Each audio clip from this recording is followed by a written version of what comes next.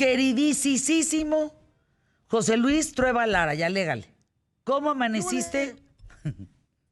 A todo dar, verdaderamente bien. No tienes una idea cuán bien. Te Y he veo. estado descubriendo un mundo que no se me había olvidado que existía.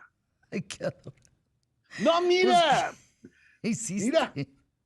No, ¿qué Ay, su hiciste? aparato de los oídos. ¡Ay, el de la otra No. oreja! No. Es que, ¿qué creen? Ujú. Les cuento nada más así por encimita, ¿no? Cuéntale por encima. Sí. Resulta que vamos, mi querido José Luis Trueba y yo, a hacernos una prueba auditiva y, Ujú. y resulta que pues a mí me tocó que estoy todavía en condiciones buenas, a pesar de escuchar radio todos los días y tener un audífono a muy alto volumen durante 2 horas diarias, bajita la mano. Y Trueba salió oyendo, pues como de un lado más o menos y como del otro también, o sea, una cosa muy extraña, y que le ponen sus aparatos. A ver, es incómodo. ¡No, hombre! El chiste es que te los ambutas hasta el fondo. O sea, cuando sientes que el dedo te está llegando a la otra oreja, le paras. Y te acostumbras como a los 5 minutos porque son muy suavecitos, son muy Sí. blanditos. No los he mordido, aunque se me antoja, he de confesar, pero se me hace que no es una buena política. Y te los pones los audífonos y empiezas a descubrir que tus pasos se oyen. Sí, Es decir, claro. yo que pensaba que era un ninja, no es cierto, parezco un mamut. Fíjate O sea, qué cosa, no, hablando de los pasos, los increíble. pasos. De pronto oyes cómo cruje el piso. Mm. Es decir, cosas que sabes que existen, pero no las percibía yo ya. Entonces he descubierto que soy muy ruidoso. Eso sí me lo descubrí yo, que pensé que era la persona más silente del mundo. Pues es que no Ando te aquí solo en la casa y dices, en la torre, ¿qué desmadre traes, desmadre mijito? traigas, mijito, qué Pero barbaridad. dije, no. No, sabes que gracias a Alejandro Vladislavovsky, la verdad. Eh, Qué hombre más generoso. sí, Audiotech, ¿no? Todo lo que hacen. Oye, tienen una fundación que ayudan a miles de personas, programas sociales que ayudan a miles de personas en el sí. tema auditivo. Bueno, pues de escucharnos ahora sí. Bueno, ¿y cómo sientes mi voz ahora que la oyes a toda madre? A ver, Ah, cuéntame. no, es que no lo vas a creer. Tu voz es la única que no he oído con audífonos. Como me enchufo los audífonos para oírte, pero los otros, estos que traen el microfonito y todas las mugres necesarias para hacer programa, siempre te oigo igual. Ah, qué Pero ahorita bueno. que me lo ponga, ya después, me lo voy a poner ahorita terminando y te voy a oír. Y luego te digo cómo te oyes. Va. A ver, vámonos con las momias. Oye, Momias de eso es un caso. Chinchorro, momias de Guanajuato, momias egipcias. Bueno, momias. A ver, cuéntanos, Trueba. Fíjate que yo estoy convencido que si nos salimos un poco de la idea de que las momias son pechar chunga, es decir, si de eso que vamos a Guanajuato y aventamos a alguien al sarcófago donde la tienen, o les andamos viendo sus partes pudendas para ver si se les asombra la pelambrera, Ah, por hijo. eso les vistieron, es en serio. Muchas momias, cuando yo era niño, pues se les veía el vello púbico y ahora ya están muy Es que pudendas lo las único, momias. a ver, detente tantito, estate Pero, ahí. Lo único sí. que nunca deja de crecerte es el pelo, o sea, el cabello, púbico, pelambre, para donde la vea como quieras, pelo, Ah, ¿sí? sí, Uñas y nariz. ah, no. ¿Ah? Lo que pasa es que se te achica el cuero. Por eso se te agranda todo eso. Ah, Exacto. oye. No, Como te bueno, pues vas para algunos es un consumiendo, agasajo, pues claro. te va creciendo. No es que te crezca la uña está cortada y ahí se quedó, pero como toda la carne se va comprimiendo, Se te ven más parece que largas. crecen las uñas y con las greñas te pasan, bueno, en mi caso nunca pasará, pero en el caso de las personas que sí poseen pelambreras, sí les va, incluso las cejas se te van a ver de a loco Valdés. Pero Mm. fíjate que la momia nos pone delante de un problema político de a de veras. Nadie me lo va a querer creer. Las momias tienen un valor político fundamental. Por una razón. Morirse es la manera más ruda de estar presente. Y entonces, cuando tú descubres que esos cadáveres conservados tienen un cierto valor, empiezas a lucrar con ellos. Voy a ponerte un ejemplo para que te eches un trompo a la uña. Cuando fusilaron a Maximiliano de Habsburgo, a nuestro emperador, Juárez mandó que lo embalsamaran, porque él quería lucrar con el cadáver de Maximiliano. Y entonces incluso pide ver el cuerpo cuando lo están preparando y cuando lo están ahí metiéndole todas las cosas. A Maximiliano lo tenían colgado de las patas, encuerado, y lleno de rajadas y pequeños tubos para que le escurriera todo lo de adentro. Después de eso, lo metieron en un tanque lleno de arsénico, era lo que se usaba para conservar, y le inyectaron parafina. El que hizo estas operaciones en Querétaro es un doctor de apellido Licea, que por cierto terminó en el tanque.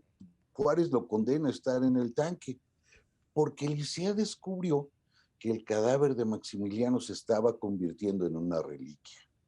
Es decir, las queretanas llegaban al lugar, al convento de las capuchinas, donde lo tenían, y le pedían al doctor Licea que les dejara mojar su rebozo, alguna tela, en la sangre del emperador para conservarla como reliquia.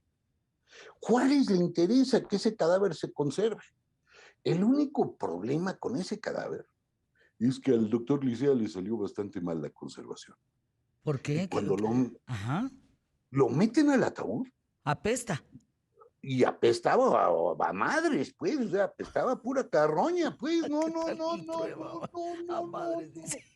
Mamá, no, sí, no, no, no, no, hay cosas que no, no, ahí sí no se puede, pues, o sea, olía a baño de terminal, man, o peor aún. Y entonces lo meten allá en el ataúd y hay tal cantidad de gases por la podredumbre, por el mal embalsamamiento, que el Híjole. cristal se rompe. Pero ¿Cómo? tú ¿Trueba dirás, explota de los gases? el cristal con el que se le veía lo que quedaba de cara. Incluso Sas. lo único que le quedan a Maximiliano, y se le ven más o menos que le recordaban, porque no logran maquillarlo bien, son los ojos. Los ojos que le habían sacado para prepararlo y le pusieron los ojos de Santa Úrsula, de un convento queretano. Es decir, tenía los ojos de una santa. Bueno, este Ay, cadáver pero eso está re era feo. horripilante, pero te pinta Horripilante. de cuerpo entero a Benito Juárez. Imagínate ir a ver a tu enemigo así. No, bueno.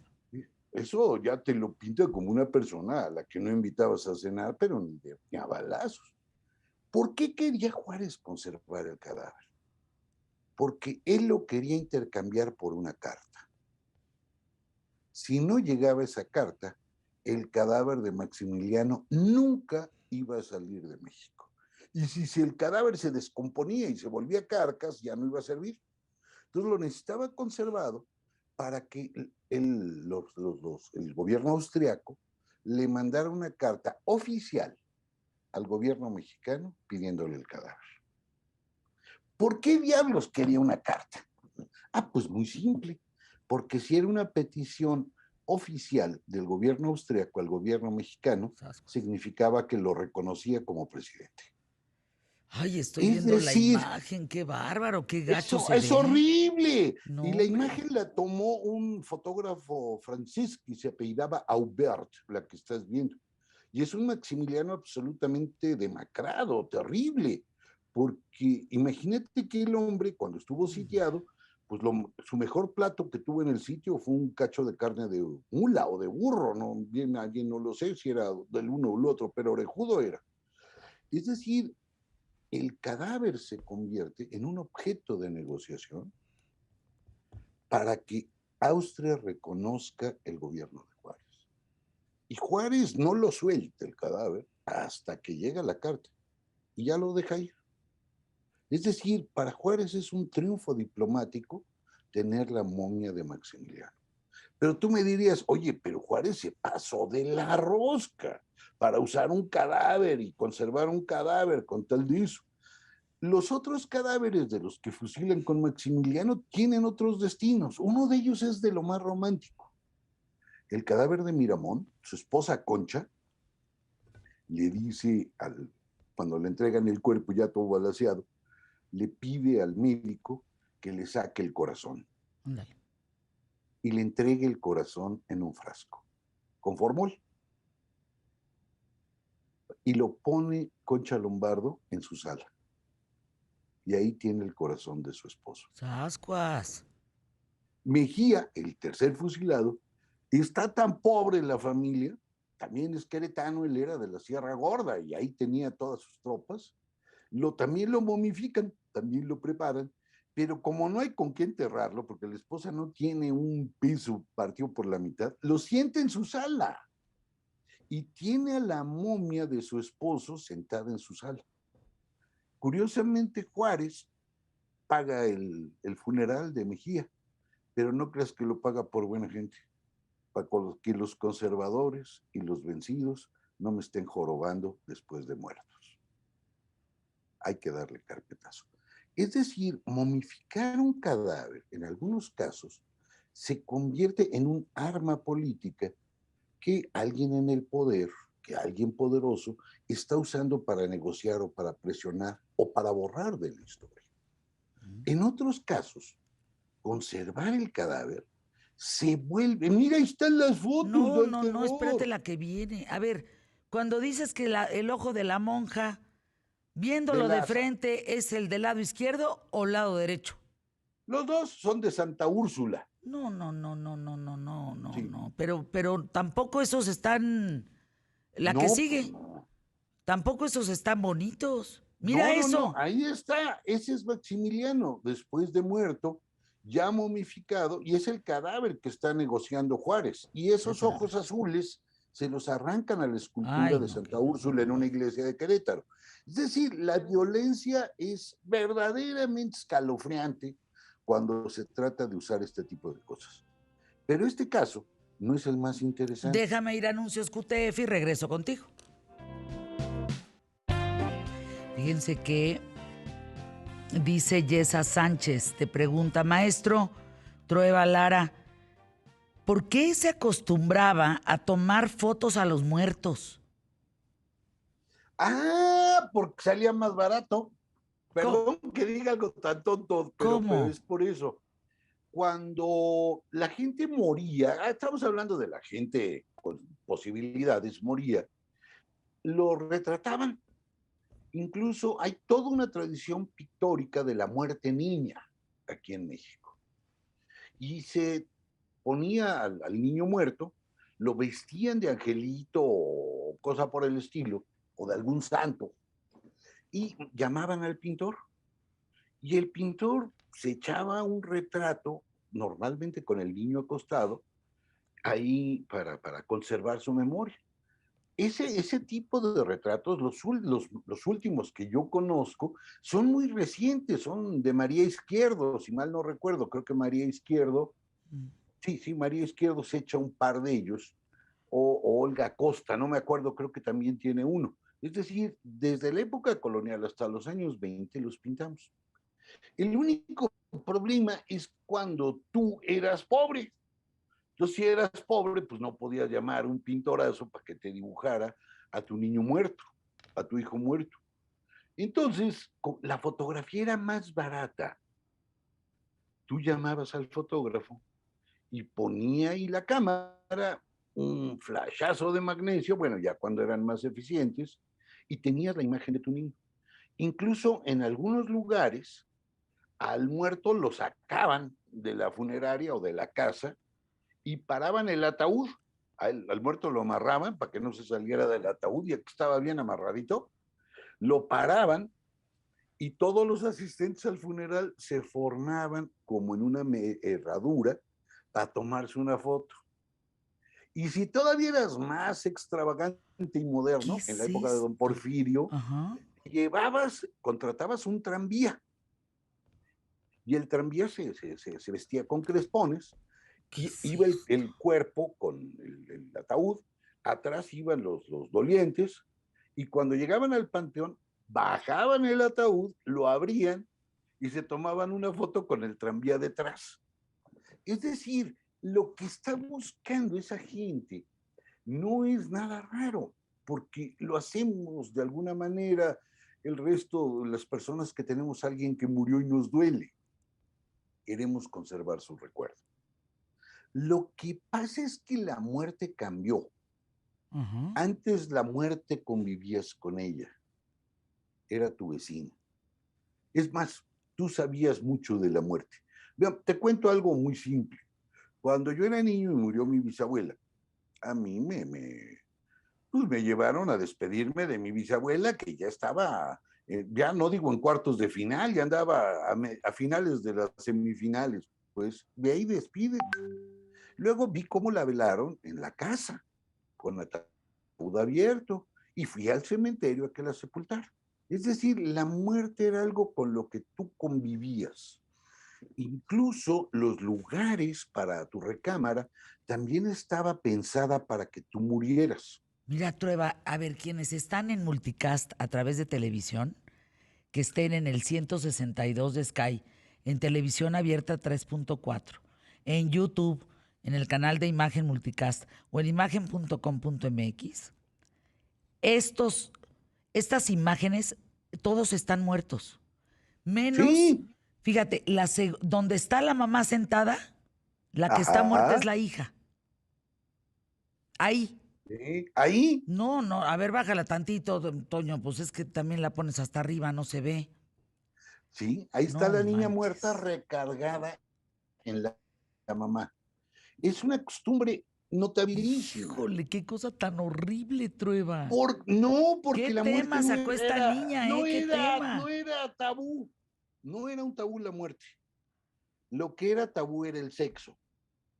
Es Mm, decir, esa niña y todos los de alrededor no tenían problemas en convivir con los muertos. Lo que les causaba horror era hablar de sexo. Por ejemplo, a mí, en la época que muere mi bisabuela, tú me dices, oye, ¿dónde está tu abuela? Pues en el cementerio, etcétera, etcétera. Oye, ¿viste cómo se murió? Pues sí, la acompañamos hasta que felpó. Oye, ¿qué sabes de sexo? No, nada. Ni siquiera una vez en Acapulco ah, todavía. ya Hoy entendemos. cambió. Hoy la muerte es el tabú y el sexo no es tabú. Es decir, le preguntas a un niño de la edad que yo tenía y le dices, oye, ¿qué onda del sexo? Y te da una lección del Kama Sutra. Pero le preguntas a alguien de la muerte y dice, no, no quiero saber. Queremos ser eternamente vivos, siempre jóvenes, la vejez nos aterra, la enfermedad nos da horror. Y lo que hacemos es alejar a la muerte. Es decir, antes la gente moría en su cama, hoy la llevamos al moridero para que ahí se muera de manera lejana a nosotros y no nos toque, es decir, al hospital. Hoy la gente va a morir a los hospitales y no muere en su casa. No solo eso, el velorio lo hacemos fuera de casa. Y si es posible, cerramos a las 11 de la noche o a una cierta hora de la noche, esto se acabó.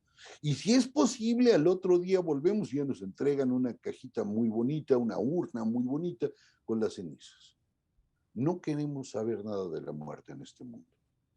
Pero antes era perfectamente común. Tú la tenías al lado. Y esas fotos, muchas veces, estas fotos de niños muertos, de gente Ahí muerta, la hermanita es la que está muerta. sí, vele los ojos fijos en la Ay, no, nada. no, no, Eso, qué. Ay, no, no me sale una palabra tú, no me sale un no, adjetivo. ay, Como, nanita, sí, válgame, no, no, hijo. Spooky, ¿cómo dirías así una cosa? Híjole, spooky, es buena esa palabra, casi nunca la spooky, puedes de no usar. manches, qué susto, qué horror. Ahora, ¿tú sabías que se coleccionaban esas fotitos? ¿Cómo? Ay, no, Trueba. La gente en aquella época tenía álbumes para guardar esas fotos que se imprimían en tamaño de tarjeta de presentación. Y las de Maximiliano que estás viendo ahí, del cadáver de Maximiliano, eran del tamaño de una tarjeta de presentación. Y entonces había álbumes donde tú las ibas guardando y los tenías en la sala. Entonces abrías y decías, mira, te voy a enseñar a mis muertitos. Y enseñabas la foto de la hija, la foto de la hermana, etcétera. Y la razón es obvia. En aquella época, voy a decir algo tonto, pero ahorita lo explico. La gente se moría más que ahora. En aquella época lo más probable es que yo estuviera muerto, solo por edad. Hoy vivimos mucho más. Sí. Hoy los niños viven tanto viven los niños, que hasta los queremos. En aquella época tú tenías 12 hijos y se te morían 10. Entonces, el cariño hacia el niño cambiaba mucho. Es decir, es un mundo que ya lo perdimos, la muerte nos rebasó. Fíjate, en alguna ocasión te voy a contar una historia de muerte que a mí me tocó y que a la gente le tocó muy, muy fea. Hicimos un trabajo con un fotógrafo de te retrato en tu recámara como tú quieras. Y yo escribí ahí una serie de textos, se publicó un librito que se llama Recámaras con Vista.